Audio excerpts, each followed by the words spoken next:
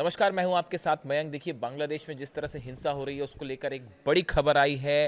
रूस की तरफ से बांग्लादेश को लेकर बड़ा बयान आया है।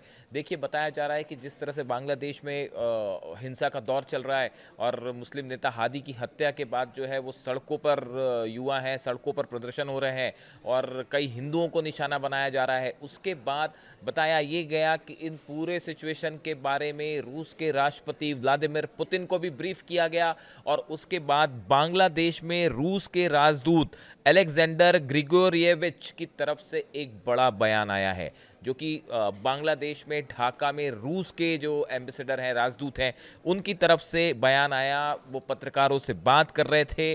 उन्होंने बांग्लादेश को सलाह दी है कि फौरन भारत के साथ संबंधों में जो तनाव आया है उसको दूर करें। उन्होंने कहा बांग्लादेश जितनी जल्दी भारत के साथ तनाव कम करेगा उतना ही बेहतर है। उन्होंने ये भी कहा कि बांग्लादेश में जिस तरह से अल्पसंख्यकों को निशाना बनाया जा रहा है, यानी वहाँ पे हिंदुओं को निशाना बनाया जा रहा है, हिंसा हो रही है, इस पर फौरन रोक लगनी चाहिए। तीसरी बड़ी बात उन्होंने कहा कि भारत के साथ बांग्लादेश के अगर संबंध अच्छे नहीं होंगे तो इसका प्रभाव जो है पूरे दक्षिण एशिया पर पड़ेगा। इतना ही नहीं, रूसी राजदूत ने 1971 में बांग्लादेश के मुक्ति युद्ध में भारत की भूमिका को भी याद दिलाया। उन्होंने बांग्लादेश से कहा कि बांग्लादेश की आज़ादी में सबसे अहम भूमिका अगर किसी की रही है तो वो हिंदुस्तान की रही है, भारत की रही है। ये बात बांग्लादेश को भूलनी नहीं चाहिए।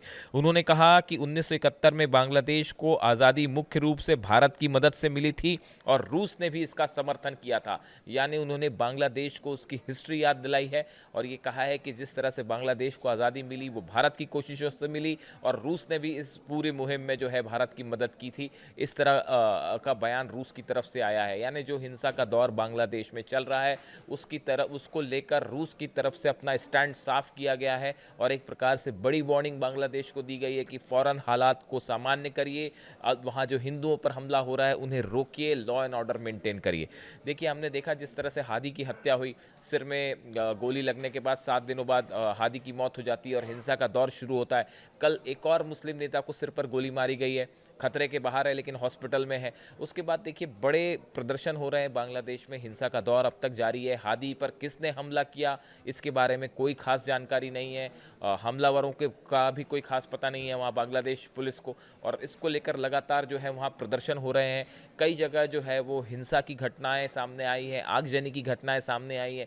कई इलाकों में हिंदुओं पर जो है वो निशाना साधा गया, जिसको लेकर खासा तनाव देखा जा रहा है भारत और बांग्लादेश के रिश्तों में। इसी को लेकर आज भारत में नई दिल्ली में जो है वो जबरदस्त प्रदर्शन हुआ। हिंदू संगठनों ने बांग्लादेश के खिलाफ प्रदर्शन किया, बांग्लादेश के दूतावास को घेरने की कोशिश की गई। इसी तरह कोलकाता में भी प्रदर्शन हुआ। बताया जा रहा है कि वहाँ पे लाठीचार्ज भी हुई है। जो प्रदर्शन कर रहे थे वो प्रदर्शन थोड़ा उग्र हुआ। उसके बाद ममता सरकार की तरफ से जो है वो आदेश दिए गए और पुलिस ने वहाँ पे लाठीचार्ज भी किया। इस तरह की घटना है। यानी बांग्लादेश को लेकर जो बवाल है वो फिलहाल थमने का नाम नहीं ले रहा है। बांग्लादेश में हिंसा का दौर जारी है लगातार, और इस बीच रूस की तरफ से बड़ी चेतावनी आई है बांग्लादेश के लिए कि फौरन भारत के साथ संबंध नॉर्मल कीजिए, वहाँ जो हिंसा हो रही है उस पर फौरन रोक लगाइए। इससे जुड़ा जो भी अपडेट होगा आप तक पहुँचाएंगे। Thank you so much.